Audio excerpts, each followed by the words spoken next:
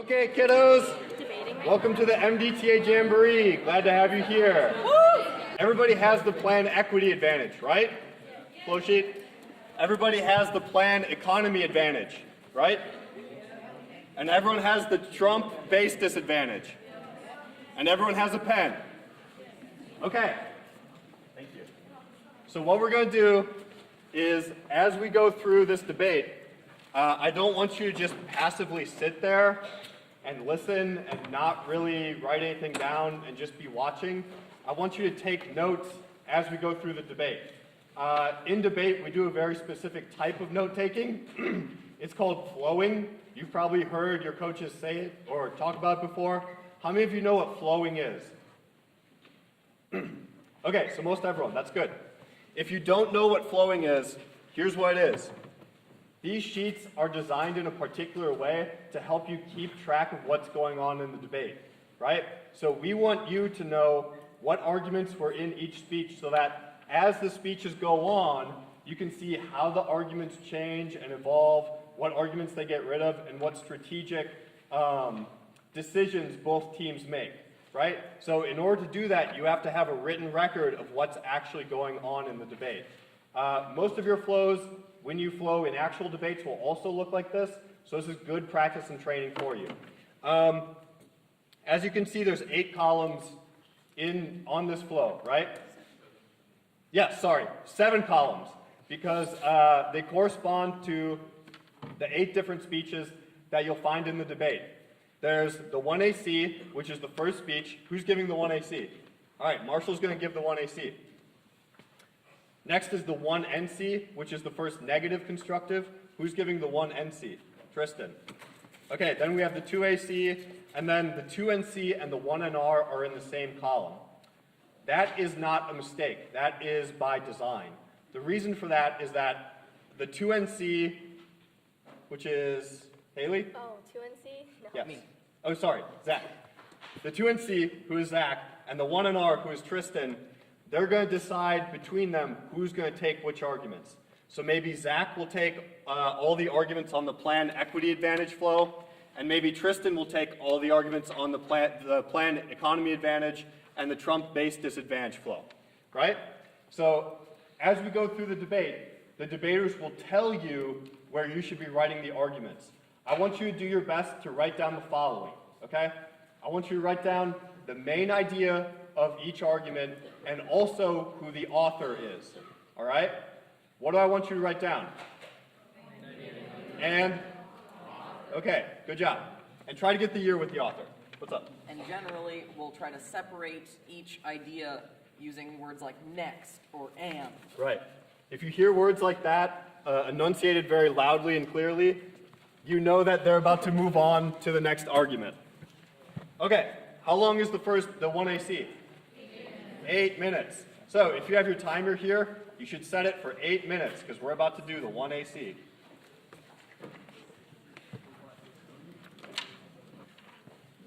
Oh, before you go, you might notice there's a big X in the 1AC in the Trump base disadvantage column. Do any of you know why that is? Because it's a disadvantage, right? So disadvantage is the purview, the negative is going to bring up the disadvantage, right? So the 1AC isn't going to say anything about the disadvantage because they haven't heard it from the negative yet, right? So that's why there's a big X in that column. You don't need this flow sheet yet, but you'll need it in the next speech. So put it to the side. Trump-based disadvantage, put it to the side. All right, we're going to start with economy, right? Yeah. So tell them the order. The order is going to be the economy advantage and then the equity advantage. Okay, so what order should your flow sheets be in? Great job. Should I start? Are you ready? Yeah. Are all of our judges ready? Yes. Okay. 3, 2, 1. Plan. The United States Congress should amend relevant statutes to include a strong legal presumption that a non-citizen applicant is entitled to admission to the United States and eliminate immigration restrictions that are not time-limited responses to articulate conditions. First advantage, the economy. Uniqueness. An overly aging workforce threatens our economy's stability in the near future. Thompson 16. Of the many significant forces shaping the U.S. economy, none is so inevitable and invisible as the sheer march of time for today's adults. The graying of America will touch every station of economic and political life. The size of the labor force, the jobs the economy will require, the ethnic makeup of the country, and productivity of workforce. In short, aging affects everything. Starting with the economy, first, as the workforce ages, it becomes less productive. Slowing productivity growth will be particularly challenging because as the country gets older, a larger share of the native-born population will be retired. The simplest way for Washington to think about the future is often as accounting for an accounting exercise. For this reason, main decisions about the future of governance are focused on the debt, which is appropriate to a degree. There's no question without changes to taxes, spending, growth, or healthcare inflation, deficits will grow in the near future due to the increased health insurance demands of the elderly. Next, link/solvency. Immigration helps us address the economic problems associated with an aging workforce by bringing in new, younger workers to fill out the economy. Code 17. America's population is aging, both directly and indirectly through American-born children of immigrants slows that process. This is one critical potential benefit of immigration. Since an aging population can slow an country's economic growth, immigration would add 23 million members to the workforce over the next 25 years. But only 2.2 million seniors. The influx of new, younger workers may contribute to economic growth over the next generation. Next, internal link. The U.S. should open its borders and minimize restrictions. It will end our current enforcement disaster and massively boost the economy. Lagrange 10. America should open its borders. Anyone who wants to immigrate to the U.S. should be allowed to do, with a bare minimum bureaucracy. Those already here should be illegally here should be legalized. Open borders would make this country richer, more entrepreneurial, and more secure. Critics object that lawbreaking illegals should not be rewarded. Yet, for the most part, these people's only crime is wanting to work hard and earn a better life for themselves and their children. They do jobs that most people spurn: pick fruit, wash dishes, pack meat. Without them, America would grind to a halt.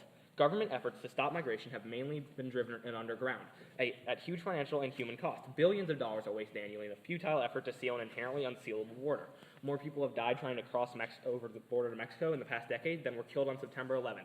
Even tougher measures won't work. Ending this senseless and unwinnable war would make America more secure, not less. Instead of chasing harmless migrants, federal agents should concentrate on identifying and neutralizing homegrown and foreign terrorists. Above all, opening the border would bring huge economic benefits. Fear that immigrants threaten America's workers are mostly misplaced. Just as working women haven't deprived men of jobs, immigrants create jobs as well as filling them, both when they spend their wages and in complementary lines of work. Nor do immigrants depress wages, since they rarely compete directly with native-born Americans for jobs. On the contrary, their efforts are often complement one another. Immigrant diversity and dynamism stimulates new ideas and businesses. Like starting a new business, migrating is risky and hard work is needed to make it pay off. Immigrants are 30% more likely than native-born Americans to start their own businesses. That number would surely be higher if we legitimize their status. Legalizing would unleash their entrepreneurial energies and swell tax revenues. Exceptional individuals who generate brilliant new ideas are often migrants. Many worry that if America opened its borders now, millions would come. The welfare burden would be unsustainable and society would collapse. Yet such fears are misplaced. Most people don't want to leave home, let alone forever.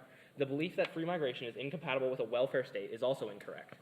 Allowing people to move freely is not just a matter of economic self-interest, it's also a moral imperative. Freedom of movement is a basic human right that should not be denied to people less fortunate than ourselves. Since migration is inevitable, far better that it be safe and legal. A pipe dream, that's what people once said about abolishing slavery. Next, impact. Economic crisis risks war. Trump has eroded U.S. economic leadership and global institutions, meaning we cannot control a crisis. Haley 18. This dynamic should be deeply troubling. Although the president and his advisors may eschew the economic responsibility, the U.S. retains its role as a global leader. This role requires that it acts as the crisis manager for the global economy when problems arise. Problems will continue to arise, it is a statement of fact. The effects of those crises depend on how the U.S. and others respond. The danger is that after a year of integrating international institutions and alienating international partners, the Trump administration has eroded the stock of trust and goodwill that facilitates international cooperation.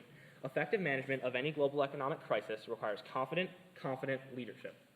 Competent leadership. In part because international global economic financial markets and those who manage them are a fickle advocate of independence. Would the current incumbent of the White House subordinate his ego to advance the interests of the greater good? It is difficult, if not impossible, to conceive of him doing so. It's more likely he would react with his usual management style, best described as chaotic.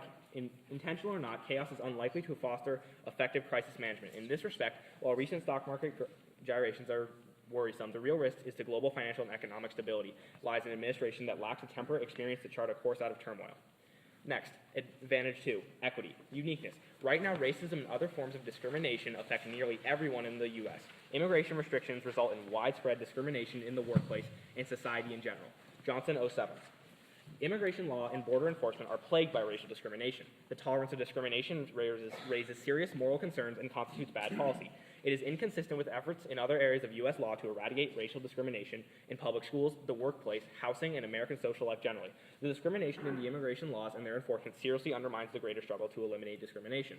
It is poor labor policy to allow the use of immigration law to be used as a disposable, racially stratified labor force. The dual labor market with immigrant labor of color concentrated in one low-wage market and citizens in a higher-wage one injures U.S. citizen workers as well as immigrant workers. Failure to enforce labor standards for migrant makes it more difficult for domestic labor to maintain wages and working conditions. Rather than hire more expensive labor, employees will, if possible, look to the less expensive immigrant market to fulfill their needs. Closed borders will have helped create this bifurcated labor force. Rather than waste money on border enforcement, the government would be well advised to devote its resources to enforcing labor protections for immigrant workers and decreasing employer incentive to go to the secondary market. Efforts to curtail immigration are not the answer that claim immigrants undercut the wage scale for domestic workers. Immigrant enforcement that significantly restricts the supply of labor has proven to be largely impossible. B. Link/solvency. Immigration restrictions require a legal and policy framework that increases worker exploitation and racist discrimination against immigrants and domestic workers. This legal framework and problems it causes can be reversed by opening the border. Johnson, 07. U.S. immigration law is wholly inconsistent with the nation's devotion to individual rights and moral underpinnings of the U.S. Constitution. To make matters worse, the law assists in the exploitation of immigrant workers by increasing their vulnerability. Once they enter the United States, a new but often invisible racial caste system slowly emerge in the U.S. The immigration law in the United States allows for labor exploitation along racial lines. It is a new Jim Crow system. In order to bring U.S. immigration law into line with the nation's moral compass, change is essential. The system, by almost all accounts, is broken. Border control and their enforcement and their immoral consequences must be re-examined. It is impossible to justify an ineffective and immoral immigration system. Impact.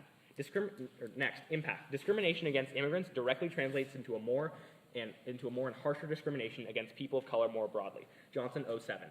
Today, because so many immigrants are people of color, discrimination against immigrants directly translates into discrimination against people of color. In modern times, there's a distinctively anti-Mexican and at times anti-Asian tinge to debate over immigration. Since concern with the race of immigrants quickly bubbles to the surface in any serious discussion of immigration and treatment of immigration in the United States, it can also contribute to hate crimes directed at Arab Muslims and others since September 11th. Racial profiling by immigration enforcement results in questioning of Mexican-American citizens and lawful immigrants about their citizenship and more fundamentally membership in U.S. society. The Mexican appearance is one factor in immigration stop. The Supreme Court has facilitated racial profiling, detention of immigrants, which has increased dramatically since Congress enacted immigration reforms in 1996. Perfect. Thank you, Marshall. So, since we just had the 1AC, you might think the 1NC comes next because that's what's next on your flow sheet. But it doesn't. What comes next? Cross-X. So, since the 1NC is about to give their speech, that person doesn't do the cross-X, right? They don't do the question and answer. Instead, we have the 2NC do the cross-examination of the 1AC because the 2NC has plenty of time to prepare for their speech, right? So, 2NC, you ready?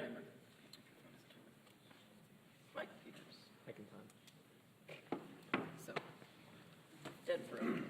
Okay, so let's start on the economy advantage. So, my first question is, so you're claiming that an economic crisis will spur war and chaos, right? Yes, that's the exact thing we are claiming. So we've had economic crises in 2008, the 1990s, plenty of times before then, so why haven't they started a war? Because first off, our workforce wasn't aging as much, which meant the U.S. was a global economic leader, much more so than it is now, and we had a much more competent administration in the past. Right now we have Trump, who is far more prone to aggressive actions and starting a war in the event of a global economic crisis where the U.S. is not the leader. Okay, and then, so your claim is that the process is very selective in the status quo and not many immigrants get in, right? Yes. So doesn't that mean that the immigrants that do get in work harder and are more adept at starting their own businesses and providing economic opportunities? No, not at all. It just means that there are less people coming in. Just because a certain amount of people are only allowed in doesn't mean that those people are going to work harder than everyone else not allowed in. It just means that there are less people allowed in. Aren't there restrictions on the... Okay, moving on. So on the equity advantage, so you're saying that the work, like there are undocumented workers that are in the country right now, Yeah. right? Like 11 million of them. So why aren't they creating less discrimination against immigrants? That's actually pretty easy to answer because basically what's happening is that they're being abused by their employers because it's much easier to pay an undocumented immigrant who isn't protected by U.S. labor laws far less, which means they're stimulating the economy a lot less because they're in many cases barely making enough to live on. Right, but you're also talking about societal discrimination, aren't you? Yeah, we're saying that immigration, or discrimination against immigrants also affects societal, discrimination. There's an interplay between them. Okay. Do you think that, so why isn't the plan happening in the status quo? Because Trump is incredibly anti-immigrant and the government really doesn't want to allow more immigrants in. Okay. Is open borders generally a popular stance? Not in the current government. I think with people who are sympathetic towards immigrants and who have any sense of objective reality, it is. Okay. And then why did you choose to name your case Open Borders? Because we're basically saying that in a lot of cases, the way the U.S. Rejects immigrants right now is by saying there's no presumption why to say yes to them, so we just say no and reject them. Our cases essentially do the opposite of that. In any case where there isn't 100%, we can't in any case where there isn't 100% certainty, we always default to yes. Okay, thank you very much. Is that done? Yeah. Great. So before we move on to the 1NC, I want to give you a minute to talk with your partner or the people around you about what the main arguments were in the 1AC.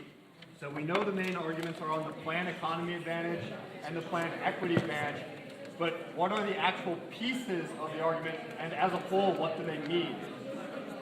Take a few minutes.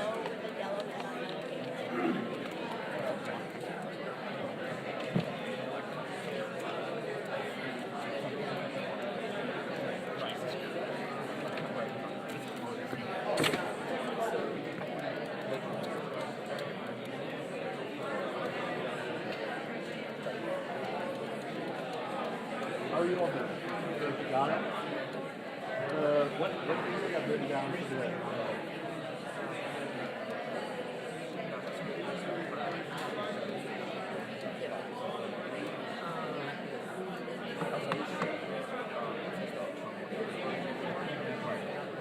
So without looking at that flow, what's the main idea of this? What's the main idea?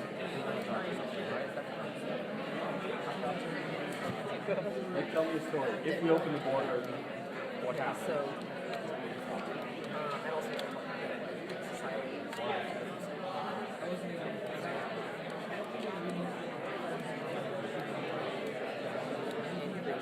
Okay, so why do we need immigrants to come?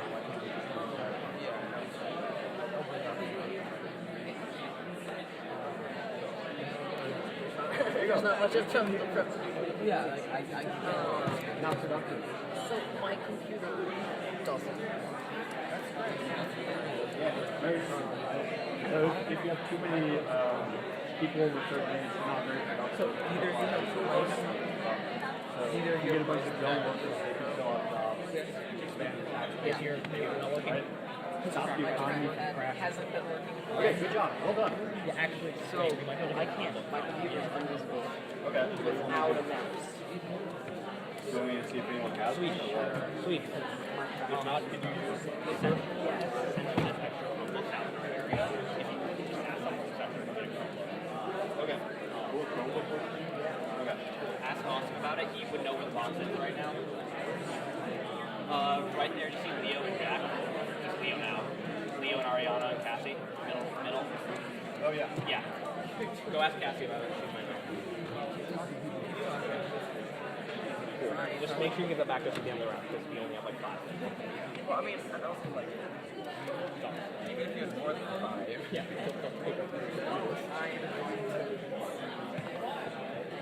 If all else fails, after the 1AR, you can just use After the 1AR. Oh, you're the one. I'm sure, but I can just, I'll just write my Yeah.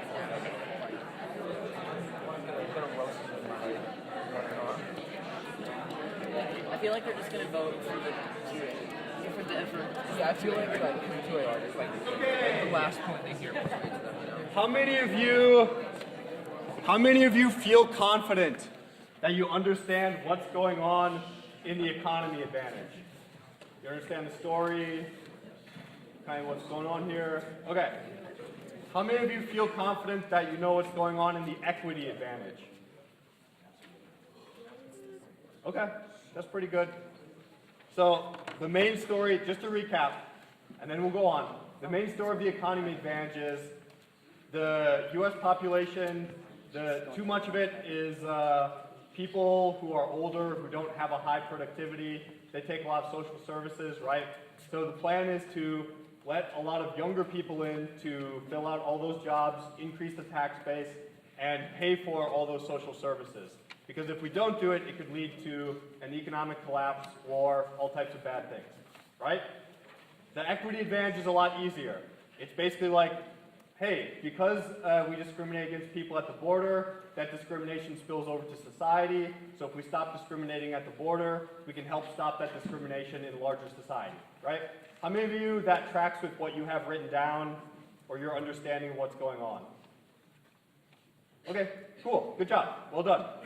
All right, so next up is the 1NC, Tristan.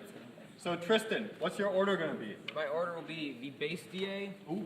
and then the economy advantage, and then the equity advantage. Okay, so we have the Trump-based DA first. That should be on top. And remember, everything's going to go in the 1NC column now. Trump-based disadvantage, then Trump-based disadvantage, then the planned economy advantage, then the planned equity advantage. Yep. Everybody good to go? Okay. Whenever you're ready, Tristan. All right. Start. Uniqueness. Trump's support from his political Too base fast. is strong because Trump's immigration stance is popular with them. O'Connell 617.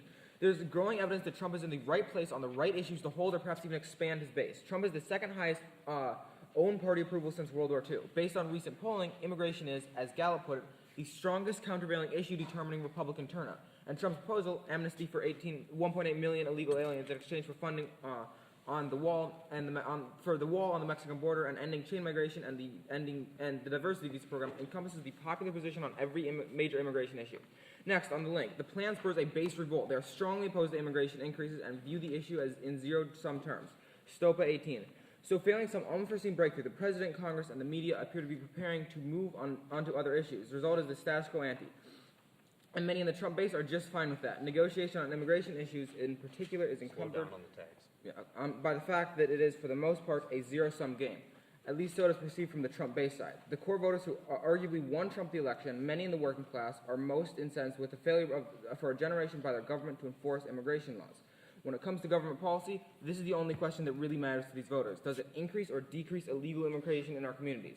But the typical Trump voter would not tolerate amnesty for any class of illegal alien if they suspected it would exacerbate the core problem or worse. As Attorney General Jeff Sessions said, invite a mad rush of illegality to our southern border. Next, impact.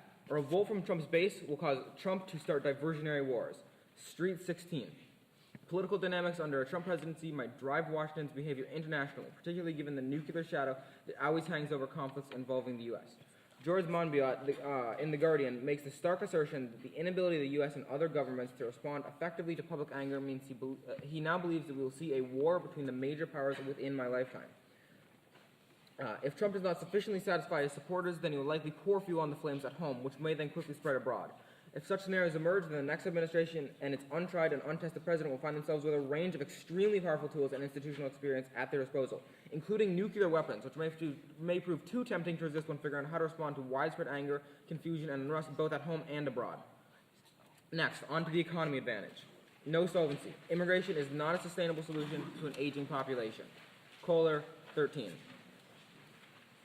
Given the ineptitude of governments in fixing their retirement age, why not bail ourselves out with some useful immigration? Why not? Because such a strategy would be unsustainable. An influx of immigrants of working age gives society only temporary fiscal windfall, whereas increased life expectancy is a continued process. The government could use a temporary increase in revenues from youth migration to reduce the public debt. What it should categorically not do is use them to incur new, ongoing obligations for spending, such as pensions. Yet that is what the argument we need immigrants to counter an aging population amounts to. Next, no solvency. Claims of huge gains from open borders are pure speculation. Cultural differences means immigrants won't be nearly as productive and welcome as the affirmative assures. Borges 16. The main problem with the promise that global wealth will increase by tens of trillions of dollars is that it comes from a game of imagine.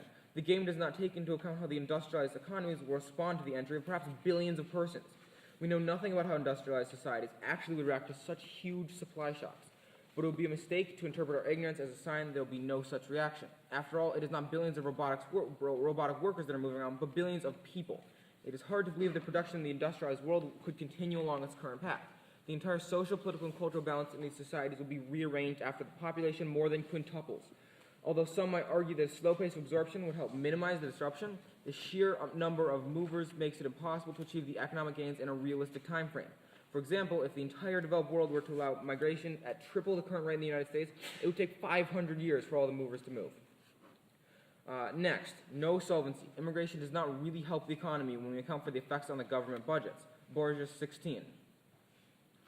The most credible estimate of the immigration surplus is about $50 billion annually. As long as we focus on economic effects, the bottom line that really matters will contrast the surplus with the fiscal impact. If immigration is a boon on the fiscal side, with immigrants paying far more in taxes than they take out, the $50 billion gain will increase and will increase dramatically. If we can place any trust in some long-run estimates, however, if immigration is a net loss fiscally, as is certainly the case with short-run estimates, the immigration surplus will quickly start dwindling, and the net gain could dangerously get close to zero and perhaps become negative. If we take the most conservative estimate of short-run fiscal impact seriously, the fiscal burden essentially offsets the $50 billion surplus, so that immigration barely affects the size of the economic pie occurring to the natives. In the long term, the estimates of fiscal impacts are far too dependent on the arbitrary assumptions to make them a reliable basis for any kind of cost-benefit calculation. The most credible evidence, therefore, suggests that it is not far-fetched to conclude that immigration is a net economic wash. This conclusion contradicts the narrative that immigration is good for everyone. It also contradicts the claim that immigration is harming the average American.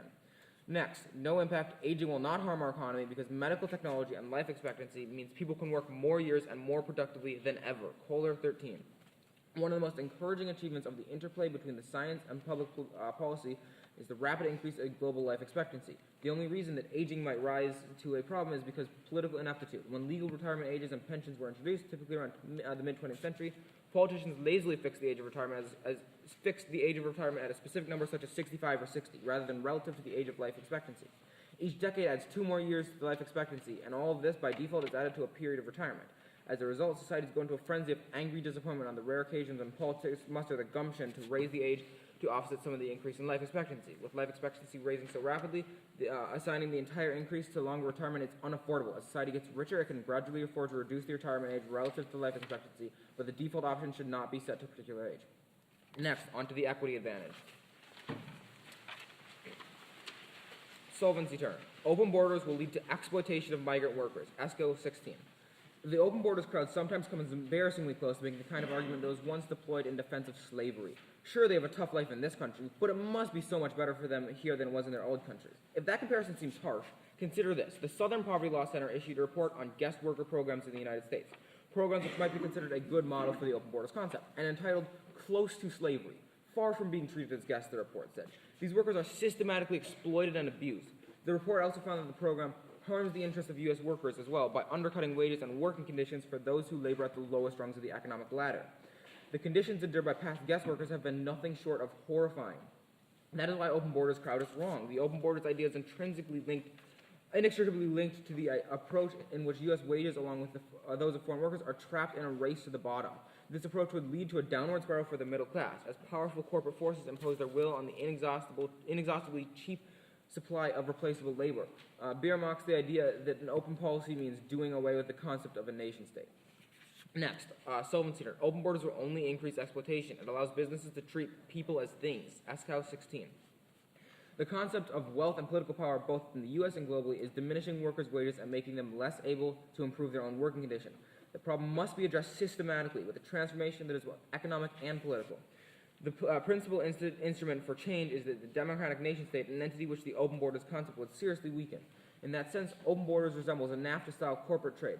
Both give corporations the ability to apply their economic power across national boundaries in pursuit of maximal profit at minimal cost, either by outsourcing jobs to workers overseas or paying minimal wages to workers at home. Open borders is a superficially attractive idea until it's subjected to critical thinking, at which point its true nature is revealed. Its opponents attempt to make a moral case in its defense, but there's no moral case to be made for sacrificing democratic decision-making. Great, thank you, Tristan. So, what time is it now? Cross-ex time. Woo. So, since the 2AC is the next speaker, that means it's time for the 1AC to do their cross-ex of the 1NC. All right, ready? Okay, so first question. If Trump hasn't already lost his support through all the PR scandals he's been suffering now, why would this plan cause him to lose all the support? Because Trump's base is extremely loyal to him, and really the only thing they care about is what he was elected on, is immigration. As long as he upholds the promise that he's going to pass their idea of immigration through the government, they will support it. Okay. But this breaks that. Yeah. Does Trump have sole control over the U.S. government? Like all decision-making processes and bill process, in the U.S. government? Well, he sure tries to, but But he doesn't. No, not all So of it. if Congress were to vote for this bill and Senate and it wasn't overturned by Supreme Court, even if Trump tried to block it and it still passed, would he still get blamed for it by his base? It doesn't matter if he gets blamed. It's just a failure on his part. They see it. Opening the borders would be disastrous for them. And So his failure to follow through on, say, building the wall on the U.S.-Mexican border, that didn't cause his base to revolt. They still see that as a positive. The bills are trading off with funding for the wall actively. They So still you're see saying as a that possible economic solution. gain from a failure on Trump's end caused his base to still like him? No, I'm saying that they still think that that is a plausible option. They haven't viewed it as a failed policy yet. Okay. So why would Trump just start a war and instead of just doing another PR stunt like he has in the past to keep people on his side? Because Like with the wall. It's a common effect that happens a lot where when presidents lose a massive amount of support, in which this is the situation that would happen, they will start a war. Can you point to more than one example of a president just starting a war? Early in Trump's presidency, when his approval ratings were going down, he just dropped a bunch of bombs on Syria and Afghanistan, and his support rocketed up. And this would be an even worse case of his support going down, possibly to 20% or lower, as he loses a huge amount of his base. Okay. So your argument against econ was essentially that an aging workforce isn't actually a problem, right? For the most part, yes. Okay, and cool. that immigration isn't And a so, solution.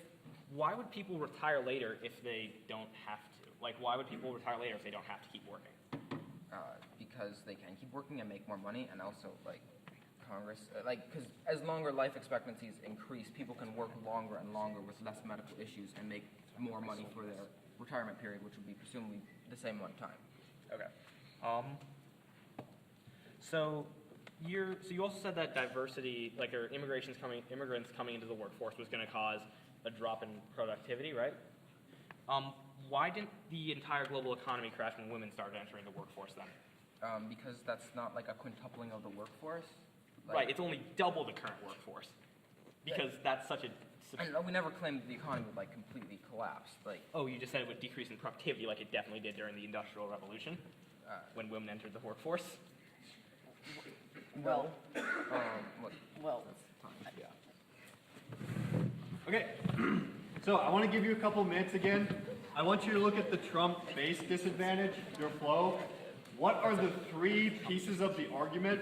And as a whole, what story do they tell? If the plan passes, what will happen? Be able to explain it to each other.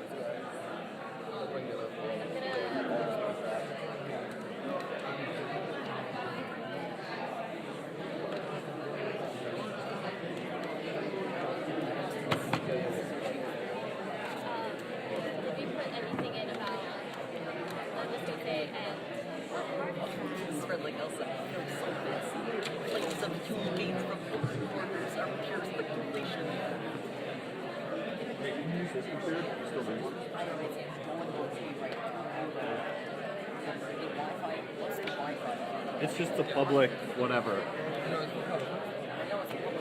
How charged is yours, Marshall? My laptop? Yeah. I would like to keep it on hand instead in case things go bad. But, Yeah. Jake, I would like to keep it on hand in case things go bad, but. What? No. What? Okay. How many of you feel like you understand the story of the Trump base disadvantage? Feel good about it? Okay, how many of you have the 3 parts that are outlined in the 1 and C? Okay, so let's go over that together. Tristan read 3 different parts. The first one is uniqueness, right? That tells us what the world is like today. So uniqueness is Trump's base supports him. They like him right now because he has passed policies that they like the tax cut, stuff like that, right? The second part is the link. It says that the base will turn against him if he does something serious that they don't like open the borders, let a bunch of immigrants in, something they don't really like. They're going to get mad at him, right? They're going to abandon him. The third part is the impact, which is that if Trump's base abandons him, he's going to start a diversionary war. He's going to start a new war to get them focused on that instead of being focused on the open borders plan, right? So the basic story is, if the plan happens, Trump's base is going to freak out, turn against him, and he's going to start a war to get their focus changed. Does that make sense? Not really. Okay. Think about it as a chain of arguments doesn't make sense, not do you believe that it's actually real. Okay. All right. 2AC? Yep. What's your order going to be? All right. So first, I'm going to be discussing the base DA, then on to case, where I'll be going econ, then equity. Okay, so Trump base disadvantage, plan economy advantage, and plan equity advantage. Cool. Opponents ready? Opponents ready? Yes. Y'all ready? All right. You ready? Judges ready? All right. Is everyone ready? All right. First on the base DA, link turn, base support is resilient. Peters, 18. All nuance and all complexity, and these are complex issues, are completely lost. In interviews across the country over the last few days, dozens of Trump voters, as well as pollsters and strategists, describe something like a bonding experience with the president that happens each time Republicans have to answer a now familiar question. How could you possibly still support this man? The resilience suggests a level of unity amongst Republicans that could help mitigate Mr. Trump's low overall approval rating. Republican voters repeatedly described an instinctive protective response to the president, and now the support has grown in recent months. Mr. Trump's approval rating among Republican voters is now about 90%. The increasingly tribalized politics on the left and right have helped insulate Mr. Trump from the paroxysms that have jolted his party and eroded the long-standing expectations of restraint, humility, and honesty in American presidents. Impact turn. Trump won't start wars. He can use other media stunts to divert focus. Bergisky, 17. Trump has moved to keep a number of scary promises, but the big stories he has generated have nothing to do with these actions. The widely shared CNN news story about Trump was one about Spicer attacking the media for reporting on inauguration attendance. This is the result of a manipulation strategy described long ago by Chomsky. Keep the adult public attention diverted away from real social issues and captivated by matters of no real importance. There's even a term for the tactic, diversionary conflict. Trump doesn't need to start wars. He and his team know how emotional many Americans are about him. He can choose what he wants to be hated for, preferably for something silly and unrelated to his actual priorities at the moment. He used this to his advantage during the campaign. His alleged sexual misconduct took up so much media time and public attention than the issues that, like his business history, his tax returns, and his proposals. Well aware that some actions might cause indignation and targeted protests, Trump has tossed out another meaningless football for the media and the public to fixate on. I will be asking for a major investigating into voter fraud. Trump and his team are already showing a flair for diversion. Trump and his team communication look forward inept, galling and primitive. It is time to wise up. These people know what they're doing. They want their political opponents to be confused, flail at windmills, and expend their emotions on meaningless scandals to distract them from targeted, coordinated action against specific threats. Think rationally. After all, Trump has done After all the stuff Trump has done that tanks his popularity, even among his own supporters, he is consistently diverts with media. Further, a war would actually destroy his popularity in the current state, as most of the nation and Congress would likely be against it. In our uniqueness, Peter 18 postdates theirs by 5 days. If that seems like slim to judge, which is if that seems too slim to judge, you should just flow it on AF because we do have the sooner evidence. We win the DA either way because the neg fails to prove uniqueness beyond just a maybe. Congress is the main factor in a bill like this, and Trump doesn't control Congress. He is a PR master at this point. If he even attempts to block it, he will retain base support. This takes out the link to the base DA. As said in Peters 18, politics are so polarized that Republicans won't abandon Trump because of the alternative is a Democratic takeover. Also, the party of family values didn't abandon him when all his previous scandals happened. Why would they now? Trump has had affairs. He's had a bunch of different things that completely go against what his base stands for. So why hasn't he been abandoned? Okay, now on to case. Econ advantage. Solvency extension. Economist consensus says that immigration is good for the economy. Objections are all rooted in highly flawed reasoning. Davidson 15. The economic benefits of immigration may be the most settled fact in economics. A recent University of Chicago poll of leading economics would find not a single one who rejected the proposition. Borjas of Harvard. Borjas' work is often misused by anti-immigration activists in much way that a complicated climate scientist result is invoked as proof that global warming is a myth. We should take in far more immigrants than we currently do. So the chief logical mistake we make is something called the lump of labor fallacy, the erroneous notion that there's only so much work to be done and that no one can get a job without taking one from someone else. Immigrants don't just increase the supply of labor, though. They simultaneously increase demand for it using wages they earn, too. That means that there are more jobs building apartments, selling food, giving haircuts, and dispatching the trucks that move those phones. Immigrants increase the size of overall population, which means they increase the size of the economy. Logically, if immigrants were stealing jobs, so would every young person leaving school and entering the job market. Countries should become poorer as they get larger. In reality, of course, the opposite happens. Most immigration arguments vary on the lump of labor fallacy. The argument is wrong, or at least widely oversimplified. Our government policy is rooted in it. The single greatest bit of evidence disproving the lump of labor idea comes from the research of the Mariel boat lift mass migration in 1980 that brought more than 125 Cubans to the United States. According to Card, an economist at the University of California, roughly 45,000 of them were working age and moved to Miami. In 4 months, the city's labor supply increased by 7%. People already working in Miami. The sudden influx had no measurable impact on wages or employment. But most economists now believe that Cart's findings were correct. Immigrants bring long-term benefits at no measurable short-term cost. Borjas, that lone dissenting voice, agrees about the long-term effects. Economists have shifted the studying of how nations so quickly adjust to new arrivals. The leading scholar on this today is Giovanni Perry of the University of California, Davis, who has shown that immigrants tend to complement rather than compete against the existing workforce. Perry has found that immigrants with the limiting education perform many support tasks, while citizens with more education focus on skill work as well as customer relations. This skilled native is able to focus on the most valuable tasks, while immigrants help bring the price down of the overall project. Perry argues with strong evidence that there are more native-born skilled craftspeople working today, not fewer, because of all those undocumented construction workers. The paradox of immigration is bound up with the paradox of economic growth itself. Growth has acquired a bad reputation of late among some, especially on the left, who associate the term with environmental destruction and rising inequality. Their argument in the first Collier and Borjas 16 card is deeply flawed. When you consider that immigrants not only fill empty jobs but also grow the economy, you realize that the net economic gains of a bigger economy offset the social cost of immigrants. When the government gets more money from increased sales tax and income tax, the collections from a booming economy and can pay for more stuff like the social services for these immigrants. Their argument is based on illegal immigrants who get paid less and can't pay taxes. Legal immigrants are protected by labor laws and can pay taxes without fear of deportation, meaning the economy can grow safely. Refer to Davidson 15, that increase in population is only good for the economy. Also, like my partner said in CrossX, a big influx in workers helped the economy look to the Industrial Revolution. The argument about influx of workers helping productivity is deeply flawed. Women entering the workforce don't hurt productivity at all. Also, their argument in the second Collier 13 card is invalid because even though people may live longer, that doesn't necessarily that they'll want to work longer or can. Equity, solvency, opening the border would improve labor.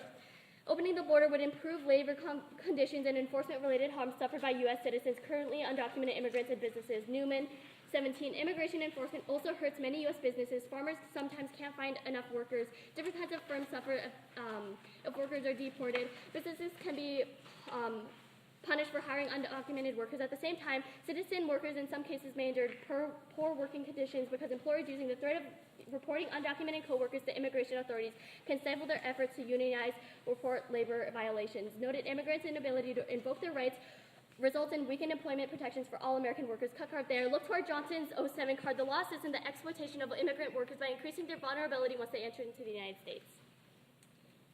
Okay. So now we have cross-X. The 2NC is the next speaker, so it's cross-X by the 1NC of the 2AC.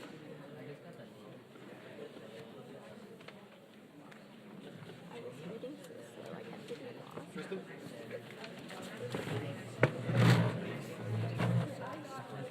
I know, dude. All right. Okay, you ready, everyone?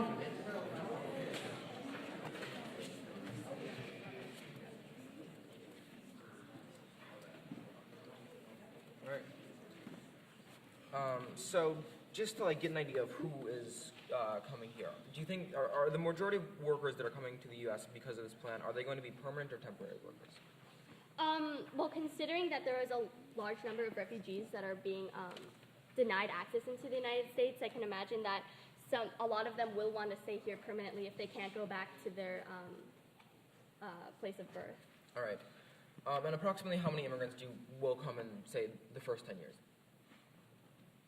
Do you know? I believe there was a reference to, I think it was 15 million, but I don't know. I heard something my partner said, but I can't come up with a specific number without pulling that card.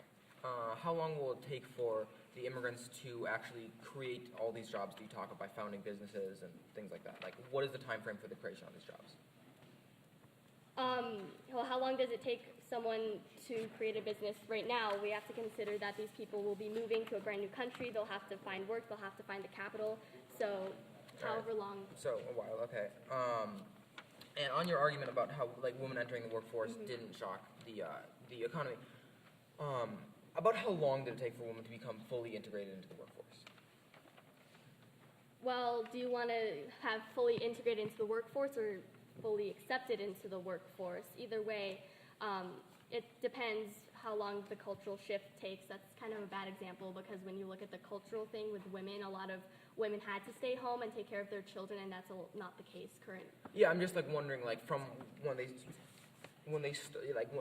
they started entering like the labor workforce, how long did it take before like we are to the level of like integration with the job market that we are now? Like, not talking socially, talking just purely economically. Like, How long does it take someone to get a job? never mind. Would you consider like open borders in general to be a radical idea? I'd say it's a somewhat radical idea. Okay. Yeah. Do you think that, in terms of Trump's base, that immigration is more popular than other issues? Well, immigration certainly is one of them, but then you look at issues with abortion, you look at issues with gun control. I feel like certainly right now gun control has taken a large chunk of the Republican attention. Okay. Yeah, so where in your cards does it say that like actually opening the borders would decrease worker exploitation now, even though worker exploitation is a massive issue for new workers? I believe it was in our 1AC. Do you have it? I think it says, freer movement of workers from the developing world would create more. Yeah. Thank you. Cool. How many of you feel like you have a good understanding of the arguments in the 2AC? You have them written down, you understand what they're doing? Okay, that's most everyone. All right, let's move on to the 2NC then.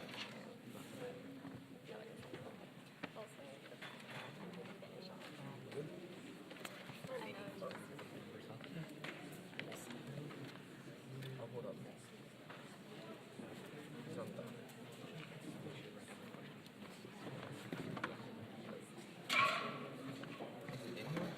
What? It's called demo debate. Alright.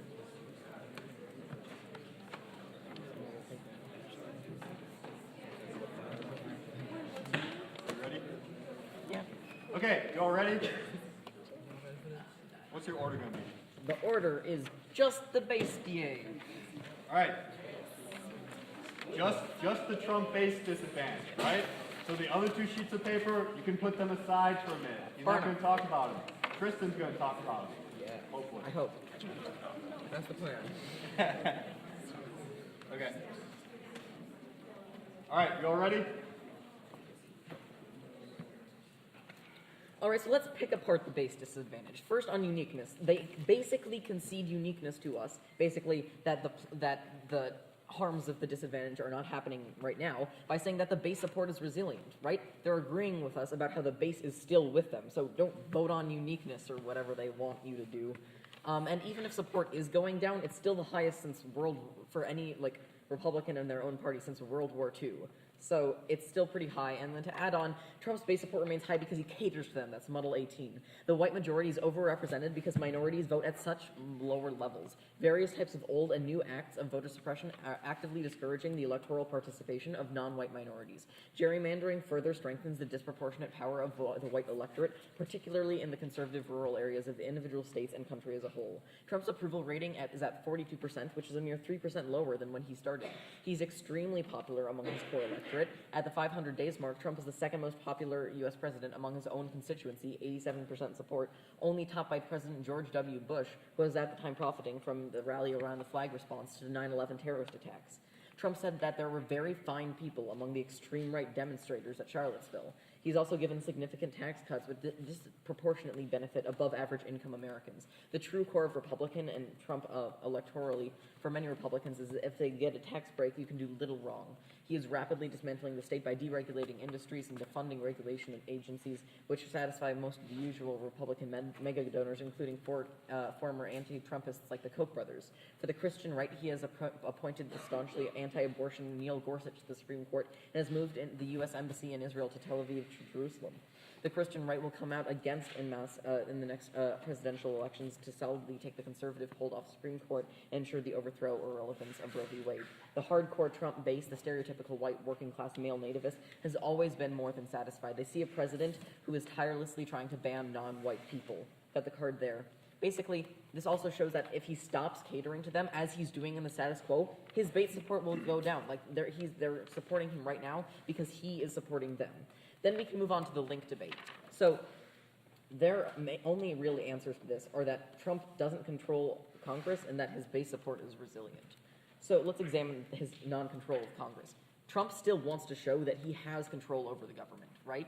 So if he can't stop Congress from doing something that the base, as they conceded in Cross-Ex, absolutely hates. They say that it's a super unpopular policy among the base and among moderates in general. People hate open borders, and so if he lets this go through, it'll be blamed on him, but also he still has to sign the bill. As the executive, he still has to sign any immigration bill that takes place, and don't let them claim that it's going to pass with a 2/3 majority, because it's not. It's such a controversial bill. And then they say that the base support is resilient, but first of all, extend our SOPA 18 evidence that shows that Trump voters have no tolerance for immigrants, right? They support him through attacks by the media, right? That's what their Peters 16 evidence says, right? If the Democrats and the media are attacking Trump, Trump supporters will stand by his side. But this is Trump attacking his own supporters. He is betraying their trust in him, so they will not support him. And then to add on to this, immigration restrictions are vital to the base, refugees, guest workers, high skills, etc. That's Lynn 17. Trump used immigration to win the loyalty of a swath of the Republican base. Trump didn't champion legal immigration. He was perfectly happy to cast suspicions on legal immigrants. Trump had very little say in the way of praise for any groups of legal immigrants, and something disparaging to say about pretty much all of them. The Trump administration has targeted legal immigration in pretty much every respect. Trump's immigration platform, the very first policy his campaign released in 2015, called for the reductions in illegal immigration, particularly of refugees and guest workers. Executive orders that would crack down on legal immigrants by admitting fewer guest workers and making it easier to deport legal immigrants for using some social services. The administration appears to be looking for ways to accomplish the same thing through regulation. Trump has pushed for slashing legal immigration in certain categories. Messages like this are guaranteed to resonate with Trump's base. Many of them are opposed to all immigration, legal and unauthorized. Others are probably in a huge swath of Americans whose whose primary concern about immigration is preserving the American culture.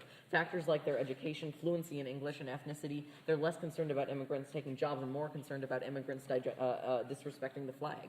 This just goes into saying that not only Trump's base, but also moderates will leave him. That leaves him at, what, 15% support from the country? He's doomed.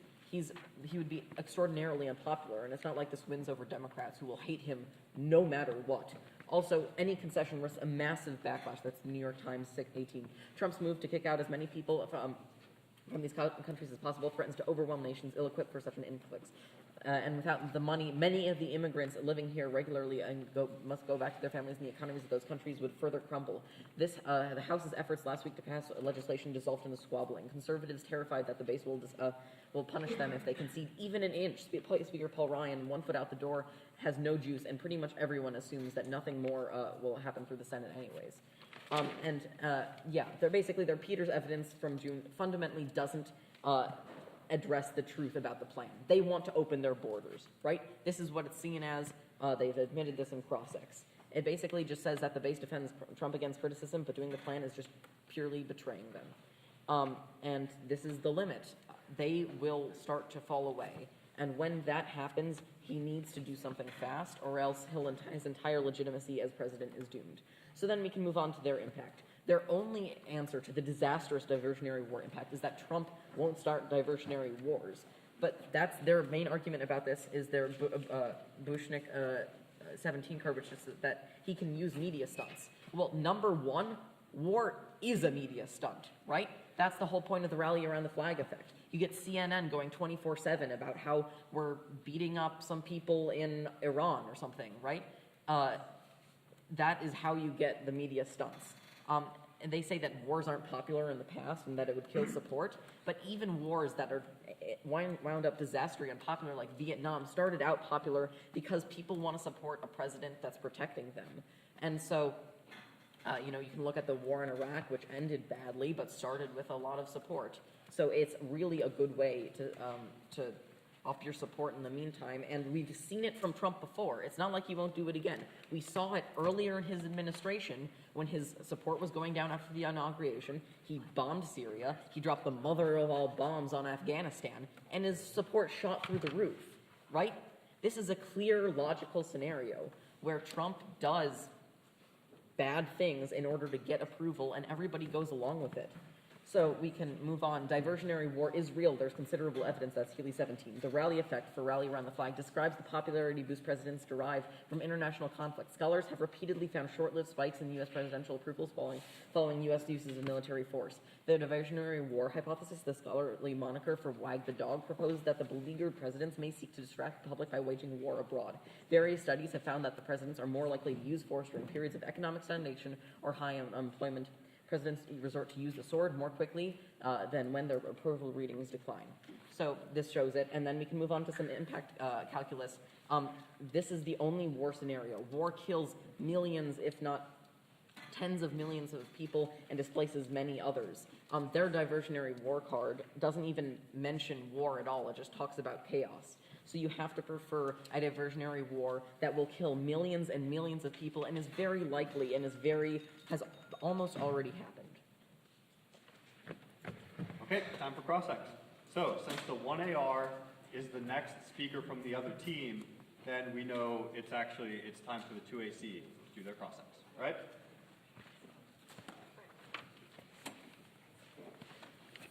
I'll start a timer. Okay. How many minutes is process? 3. 3. Thanks. All right, you ready? You ready? Good.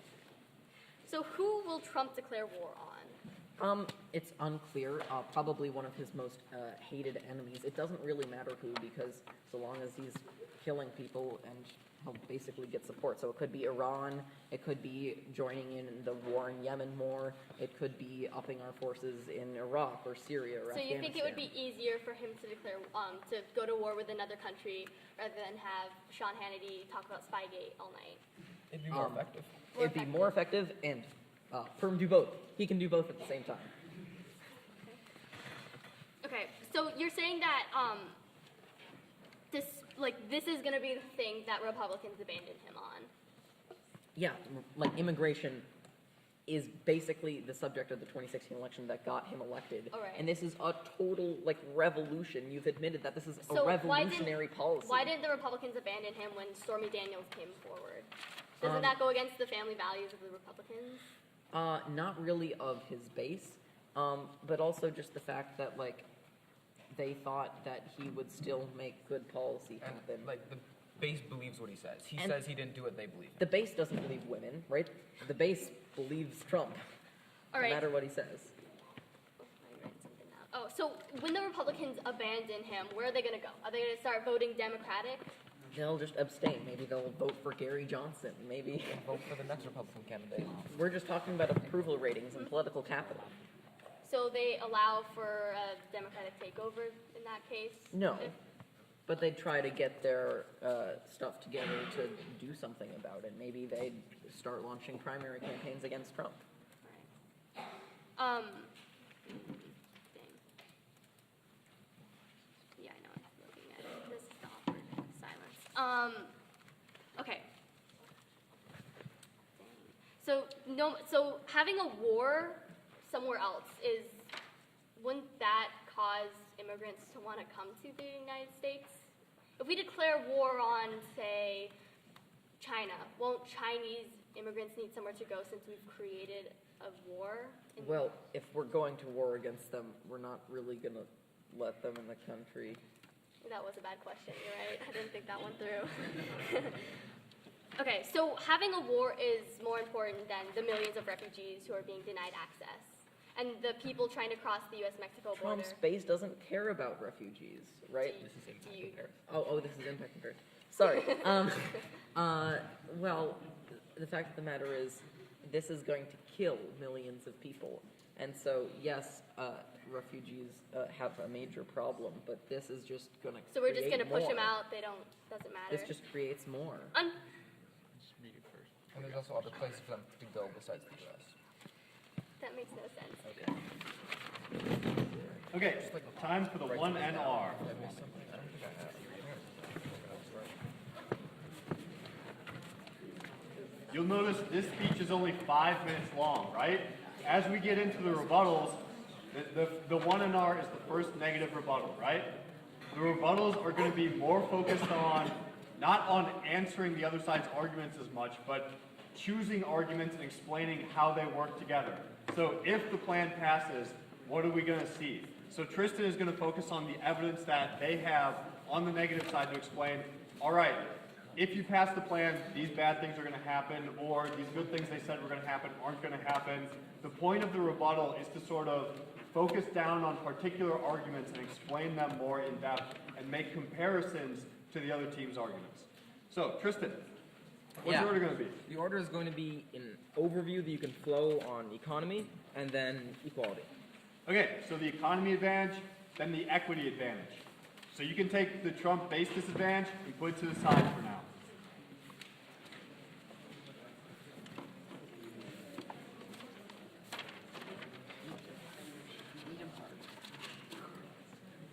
All right. Judges ready? Opponents ready? All right.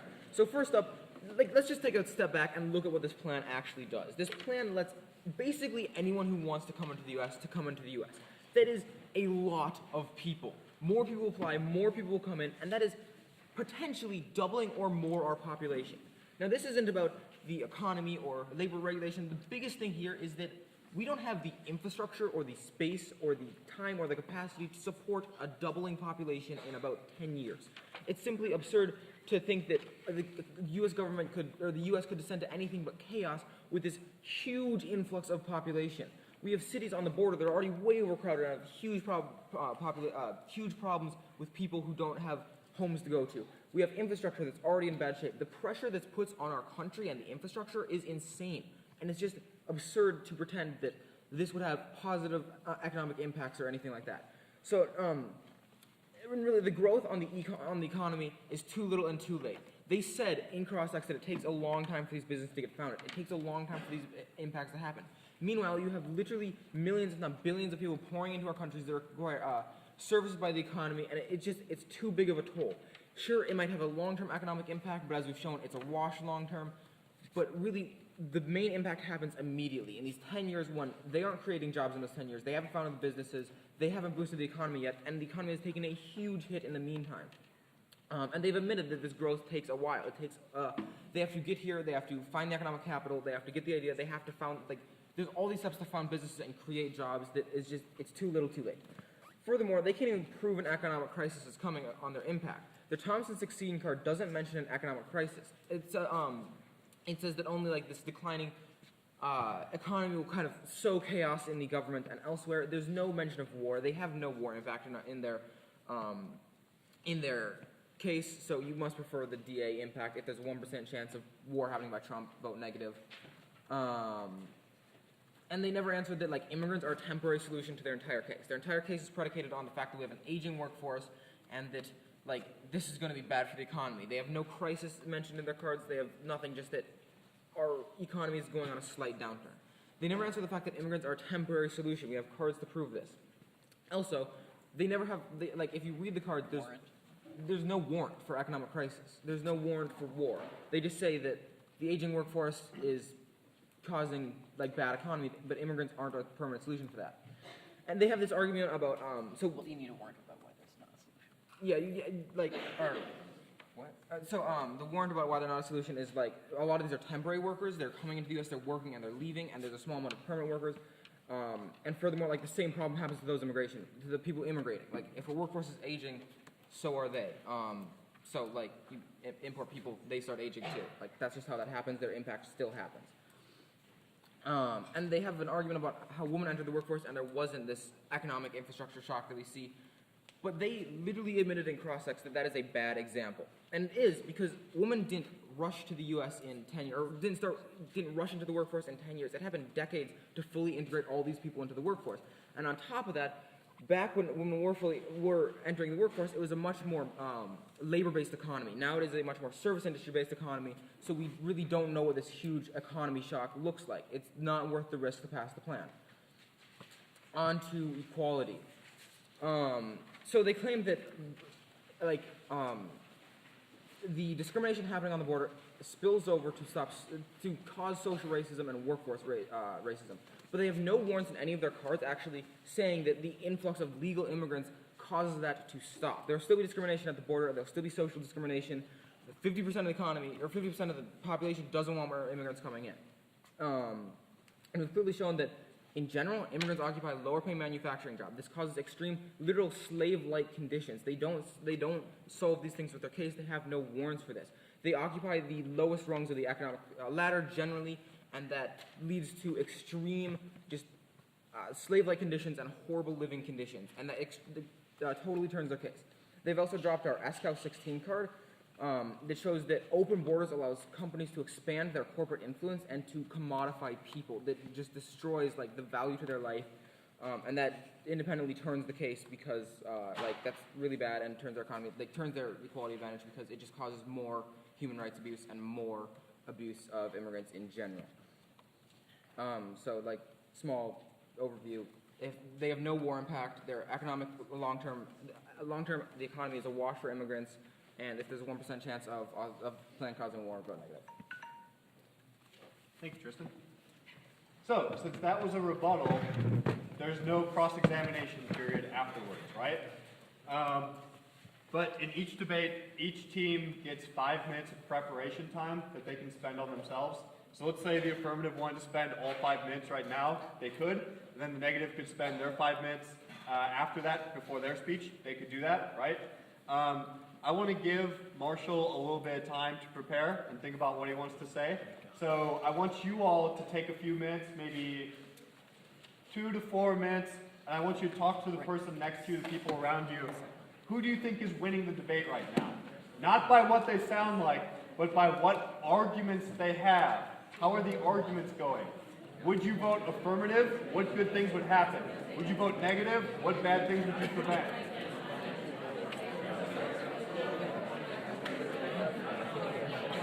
Good luck.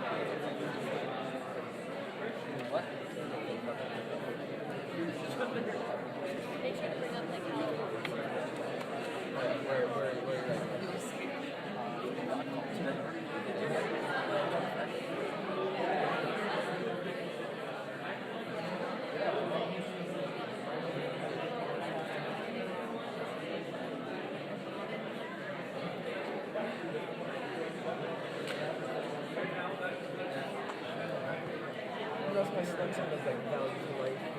I did.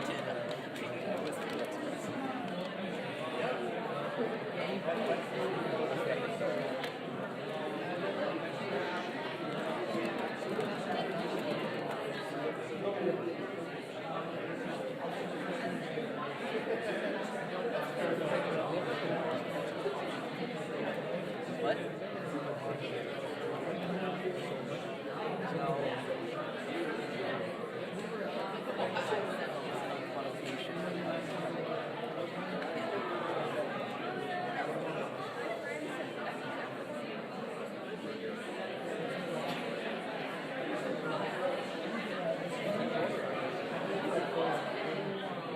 Just go hard on my max calculus. I want to have just an unlikely score.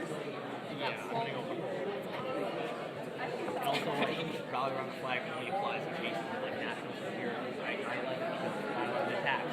Vietnam was popular because America here. Go hard also like World War II was literally just America self-preserving, so people actually were, like, hard against this. I put some thing discredit their Warhawks work. Okay, where is that? It's in their Davidson card. This is all in their Davidson card. Okay, this is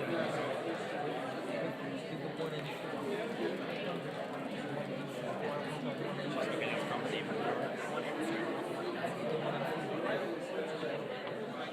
That was updating this, it's just, or is this just copy paste? I just copy pasted, just look through it. Equity are basically saying, like, war in modern day is maybe a couple thousand, not millions. How much more time do we need? Like 30 seconds. Okay. Okay, I've got polarization wars and also, like, offensive wars, reasons to declare war. Literally go all hard the like about how like he's Obama, just gonna blame the deep state. right, and also, like, Obama dropped, like,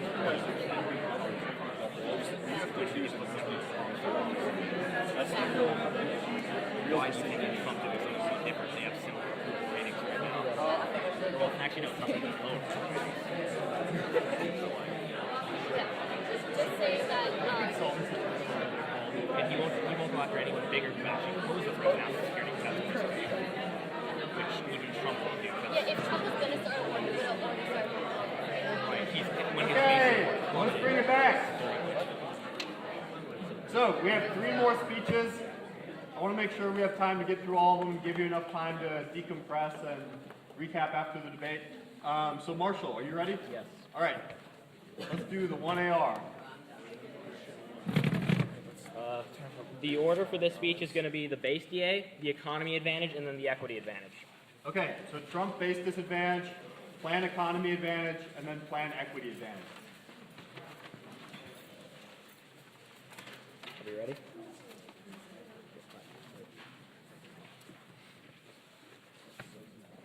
You ready to go? All right. Okay, so first on the base DA, realistically, after all Trump has done and all his scandals, why hasn't his base left him? Because he's literally said he supported some small amount of gun control, and the NRA funded a lot of his campaign. So, and like a lot of his base is very anti-gun control. Why didn't that cause him to lose support? Because the polarization of politics is so strong, no one is going to abandon Trump. Because it, at best, for the Republican Party, leads to a party split, which still results in a Democratic takeover. At worst, if people started abstaining from voting for the Republican Party, Democrats are going to completely take over. Either way, Trump losing support just leads to a Democratic takeover, and Democrats are way more against Trump's base ideas than Trump. So why would they abandon Trump to what is them a worse alternative? They wouldn't, because polarization of politics means that people stay on their own side of the aisle. They don't switch. No one is switching positions in politics right now because politics are becoming like more polar. Each side is getting farther away from the center. Next, Trump will need to gain back support of Republicans. He has 2 more years in office. This policy does not dictate policy options moving forward. He'll win back support in the next 2 years of his presidency before he has serious concerns of losing presidency. Next, so their argument about rally around the flag causing him to increase support is kind of false, right? War of aggressions never actually increased support, especially without a reason to declare war. Vietnam was only a popular war at start because of the Red Scare in America. Bush was popular because 9/11 solidified American war forever, and World War II was a self-preservation effort after the bombing of Pearl Harbor. All of those were acts of quote-unquote national security. That's why they were popular. Trump just randomly declaring a war on Iran is not going to do anything. It's just going to people are just going to be frustrated that he's costing American lives and resources in a war that doesn't actually mean anything, and he's actually going to plummet in support. Look at what the Republican Party, how the Republican Party reacted during drone strikes on Syria during the Obama administration. They reacted terribly because they were angry that Obama was attacking a nation without really a cause to. So that kind of decks out their impact argument, because he's not going to gain back any support through an unprovoked war of aggression. Right, and if he wanted to start a war, he would have already started a war with, say, like North Korea or Russia or China. But he's not going to do that because he understands that would lead to a lot worse consequences for him than anyone else. So, yeah. Next on the economy argument. Immigrants are a permanent solution. The aging people are able to retire when they need, and more working-age people come in. Those people get older, and their children go to work. And to look to our Davidson card, there's an economist consensus that immigrants help the economy. He even discredits Borjas' evidence because it is often misinterpreted. To quote the Davidson card, Borjas' work is often misused by anti-immigration activists in much the same way that complicated climate science is often invoked as proof that global warming is a myth. Rationally, immigrants don't just increase the supply of labor, though they simultaneously increase demand for it, using wages they earn to rent apartments, eat food, and get haircuts, buy cell phones. That means there are more jobs building apartments, selling food, giving haircuts, and dispatching the trucks that move those phones. So immigrants can only increase the workforce, and we even discredit their main card on this through Davidson, and it's even shown that Borjas is actually a lone voice and is often misinterpreted by anti-immigration activists. Thompson 16 says the economic crises are always inevitable. Look at Trump imposing massive steel tariffs on China. That's going to cause an economic crisis. With the U.S. trying to take charge with a failing economy, it will cause mass chaos, and we will take unsustainable actions that will likely cause a global war. Next, on to equity. Johnson 18 talks about immigration and racism are becoming similar and are intrinsically linked. Abuse at the border and denial of entry enables racism against immigrants who are primarily people of color. That they drop that their evidence presumes legal immigration and doesn't take into account legal immigrants being more protected. So all of their equity arguments about how immigrants face slave-like conditions are actually assuming the presence of illegal immigrants who are not protected by U.S. labor laws. Legal immigrants are protected by U.S. labor laws, which means that those conditions actually can't go through because they are subject to minimum wage and the 40-hour work week. So they don't face those conditions when legal immigration is involved. Their evidence only assumes illegal immigration, which is the status quo. So their evidence is actually just proving that there is a problem to be solved. Immigration is also a moral necessity, which they really don't contest. And a moral necessity outweighs the impact of a small war because it's more long-term. A war is a short-lived conflict in the modern day. Millions and tens of millions is a ridiculous number that they just drew up to make it sound like their impact was bigger. It'd be closer to thousands, and refer at thousands at most, and refer to the NEG's own evidence that illegal immigrants suffer slave-like conditions, and it is a moral necessity to fight those conditions. That's literally their own words. They're saying illegal immigrants face slave-like conditions. We're agreeing. We're saying we need to fix that. What's the immigrants who are endangering their own country? Right, and plus immigrants who are endangering their own country. So those are all moral necessities to solve for that are much more long-term than a short-lived war to bid to increase popularity. That means you're going to immediately vote AF to solve for a long-term issue instead of voting neg to basically cause a short-term war. Great. So I want to give you a couple minutes to talk with your partner, the people around you, about what arguments you just heard in the affirmative and what their strategy is to beat the negative arguments, right? What is their strategy they're using here?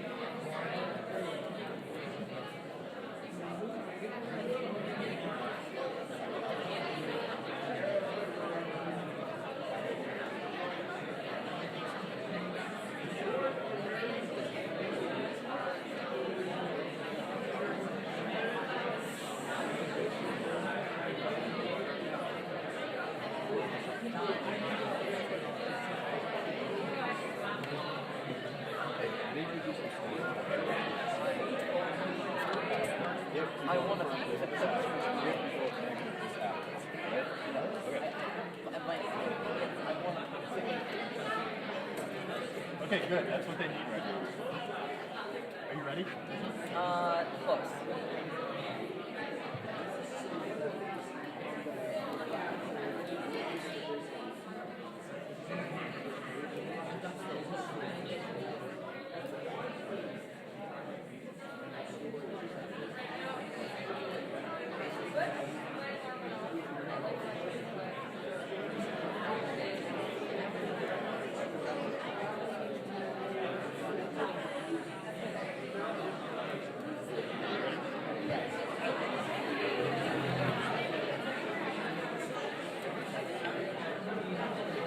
Okay, let's bring it back. So, our next speech is the 2NR, right? This is the last negative speech. This is their last chance to tell you, here's why you should vote negative in this debate. The affirmative is still going to get another speech, so they get to respond. So the 2NR has to be really good to set in your mind all the very important reasons why you should vote negative, right? So I want you to do your best to take notes on this speech, take as many notes as possible, so that after the debate, you can go back and look and see what were the main points. What is Zach trying to say to me? What is the whole idea of why to vote negative, right? So we have 5-minute speech. Ready? Yep. Everybody ready? Judges? The order is going to be an overview, which you can flow on the base DA, and then I'm going to move on to econ, and then I'm going to move on to the equity advantage. Hold up. How many of you know what an overview is? Okay, so what an overview is it's a basic explanation of what the story is going to be. So Zach's going to give you an overview, right? A broad picture of everything he's about to talk about. And then he's going to go into the specific line-by-line points and evidence and prove why that story is true. So you want to write down the story so you know generally what he's going to talk about, and then he's going to go through and prove it, right?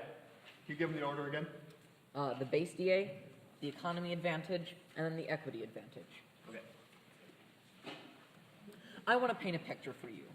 Millions of people streaming into the country, perhaps tens or hundreds of millions. Our Borjas evidence said that it could quintuple anywhere from 2 to 5 times the number of workers currently in the country. Our evidence says that basically the immigration system crumbles, our infrastructure crumbles, right? Maybe these people in a normal economy can come in and get a job and be productive workers. But the fact of the matter is, when there are 10 million people coming into the country at once, we don't have jobs for all of them. We wind up with sweatshops and people crammed into factories. That is seriously hurting like equity of people and destroying their sense of being. And then on the base DA, you have simultaneously absolute hatred of these immigrants coming from Trump supporters and half of the country who will do nothing but make their lives miserable. And as they also start to begin to hate the Trump administration, he will lash out in order to win his supporters back, creating wars abroad that will kill millions and displace millions more, also forcing them to move out of their homes. So then we can move on to the base disadvantage. The first thing is uniqueness, that the problem exists. This is basically conceded. They dropped this in the 1AR. They say that the base support is resilient. So you can assume that the problem's happening, like there's no problem right now. But the link is that their only answer to the fact that Trump's base absolutely detests this policy and would abandon him for it is that the polarization of politics means that they'd stay on the same side of the aisle. This is not an answer to our argument. Our argument is that they abandon Trump, not the Republican Party. They might support Pence and go for impeachment. They might try to oust him in 2020. The fact of the matter is they will still hate Trump.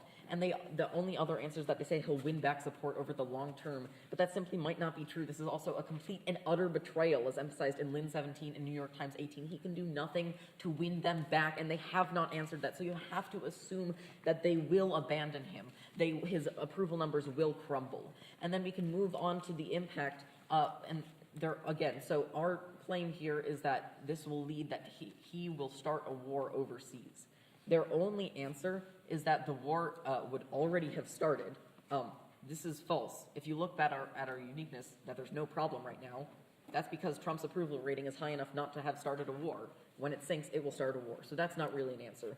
They also say that aggression is bad, that like random aggression is bad and that the Republicans won't support it, but it won't be random, right? We're going to attack countries that the Republicans already hate, like Syria or Iran or like North Korea or Russia, right? These are countries that Republicans already hate and would get behind in a war. And the fact of the matter is, when we spin things as national security, people fall for it. It happened in every war we've had in our recent history.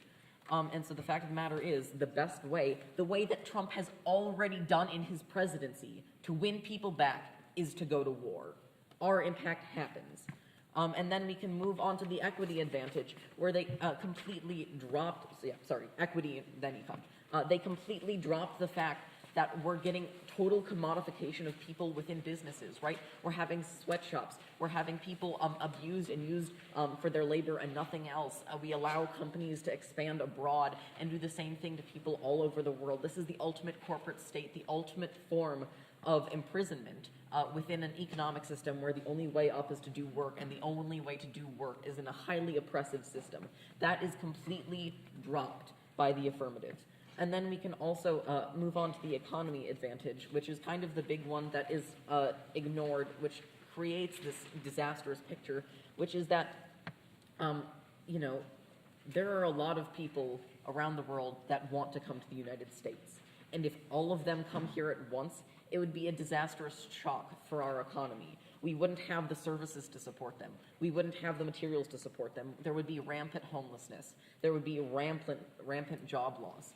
Our infrastructure couldn't handle the workload. Things would grind to a halt. That's completely dropped. That's what our Borjas evidence is talking about. We're not talking about a lump sum theory of labor where a few immigrants take American jobs. We're talking about entire revolution of our economy, and the fact that that is completely unanswered by the affirmative.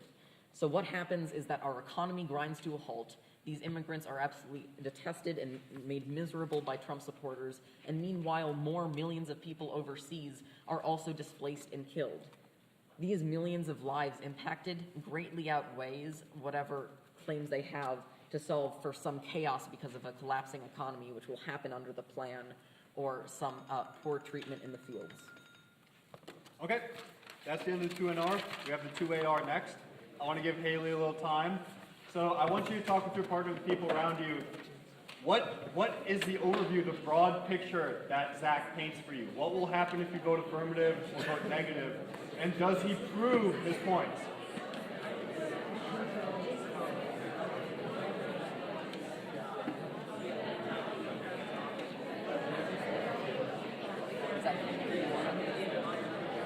What? Is that the picture you wanted? Yeah, that's good. That's good. Can you also try to tell us the way you like? If you vote now. Yeah, that's like the first page I got.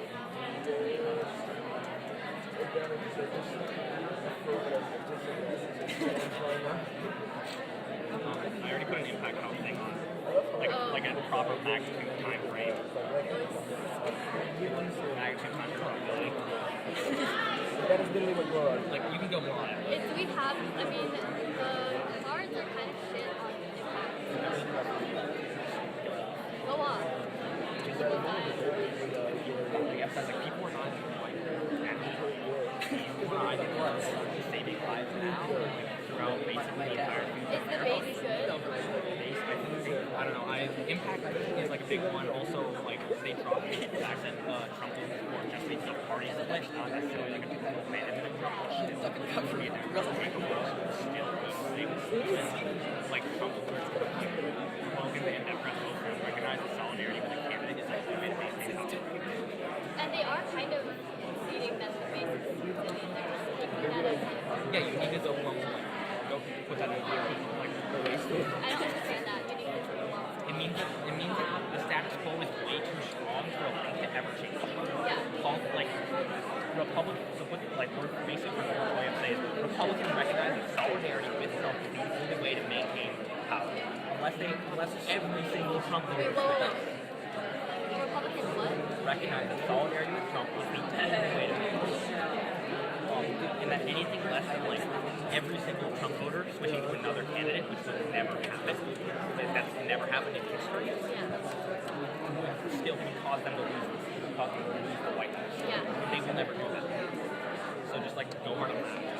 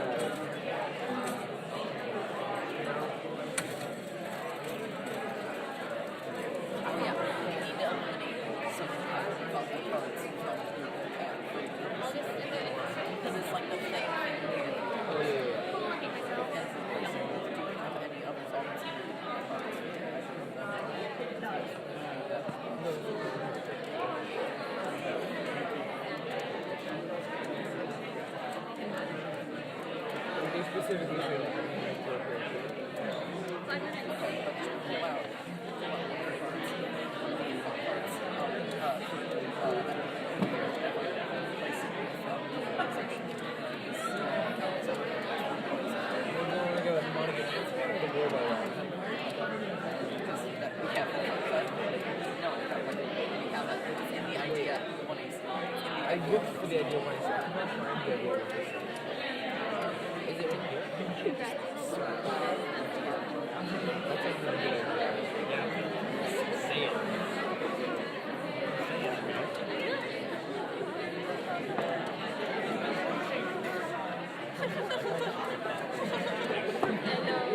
I saw that. I was like, I've got to credit just for Okay. the disrespect. Time for our last speech, the 2AR.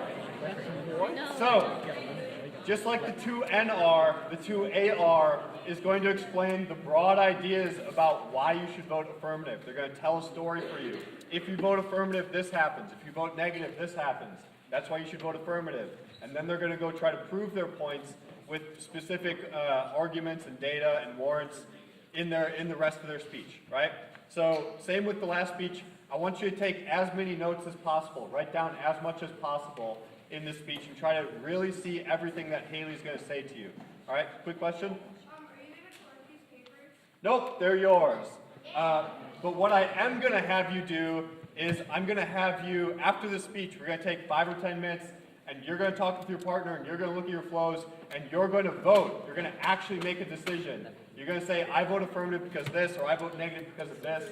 And you're going to tell, either your coach or another adult around you, if your coach isn't here, about why you voted for a particular team. So I want to hear what arguments convinced you and what story you're voting for either the affirmative or the negative. Okay?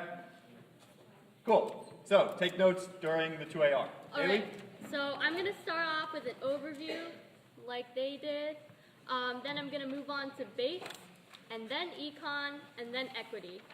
Okay, so base disadvantage, economy advantage, equity advantage.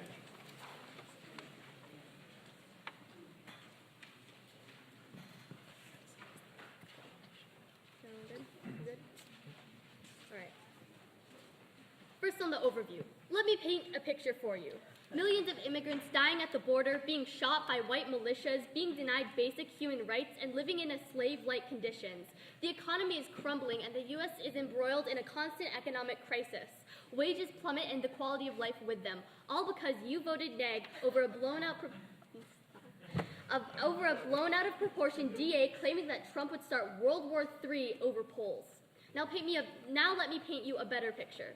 Millions of immigrants making jobs, finding homes, making a living for themselves and their families, no longer dying at the border and living in slave-like conditions. The U.S. economy is skyrockets and the quality of life and equality follows. There's peace and people are happy because you voted for the AF and allowed people to live in the U.S. where they will live better lives. Which of those sounds better? If you said the second one, congrats, you have a moral compass. Now, onto the base. Support is resilience. This is something they've mostly conceded because they've used it as a uniqueness thing, but they have been unable to answer the question of why Trump's base hasn't already abandoned him. Think Stormy Daniels, think the gun control debate, think anything where Donald Trump has been not a great person. They can't leave because it's either the warm world of Trump land or a scary socialist party that the Democrats are. Republicans recognize that solidarity with Trump is the only way to win. There is no other real option for them. They said Gary Johnson, but he got, 2% less of the vote in the election? If they want Republicans to have power in the United States federal government, they have to stick with Trump. If they haven't abandoned him throughout everything else, that's not why they're gonna stay, or they're gonna stay with him through this. And second, Trump won't start wars. He can easily blame Congress and the deep state for his problems. He would much rather go off on a gun control and talk about Spygate than risk human lives.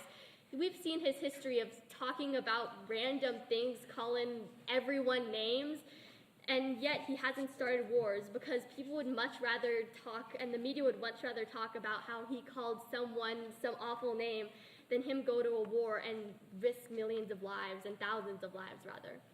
Now, into the impact calculus. I've told you why the risk of war is low, so why would you vote neg? Morality, you should do it. On magnitude, the violence in the long term from immigration is way more important than war. Considering that this is happening now, people are suffering now because they can't enter this country, why would you vote on a DA that has a low percent of happening that's way in the future? Especially given that they can't specify war with who or what kind of war. On time frame, war may happen now or in the future, but violence is going against immigrants is happening right now. People are dying right now. On probability, war is a maybe at best. The neg can't prove war beyond a shadow of a doubt, but violence against immigration is demonstrably happening right now. These three things mean the AF impacts are infinitely more important than the neg's impact of war. Now onto the economics advantage. The growth from the influx of workers will offset the, quote, overcrowding the negative claims. New homes and jobs will be created. There is no solid economic theory that supports overcrowding that will come into effect due to immigration except misinterpretation of Borjas. When all the Irish immigrants came, New York didn't collapse. People weren't rioting the streets. We have a lot of room in this country. Think of Nebraska. Think of the rolling fields. Think of Wyoming. We have enough space. They will have their tax revenues, they will have more businesses, they will grow the economy, and they will create more infrastructure. They will be the construction workers on that infrastructure. That's a moot point. There's no way you subscribe to the idea that immigrants don't help the economy. Look at our Davidson 07 card. That says as much as we've reread it 1,000 times. And, yeah. Okay, now moving to equity. In the status quo, employers can hang deportation over the heads of their employees. This is impossible with the plan. Now workers can say, if you don't do this, you're gone. Now the immigrant workers have the power to have the rights of workers in America.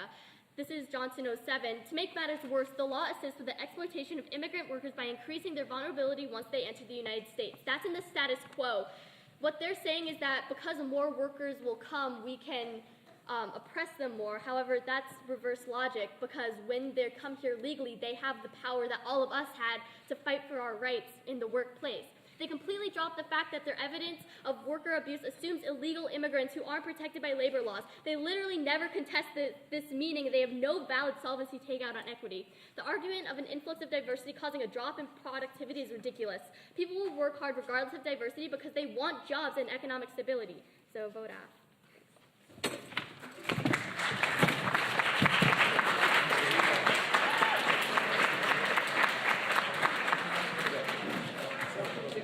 Great, thank you, debaters.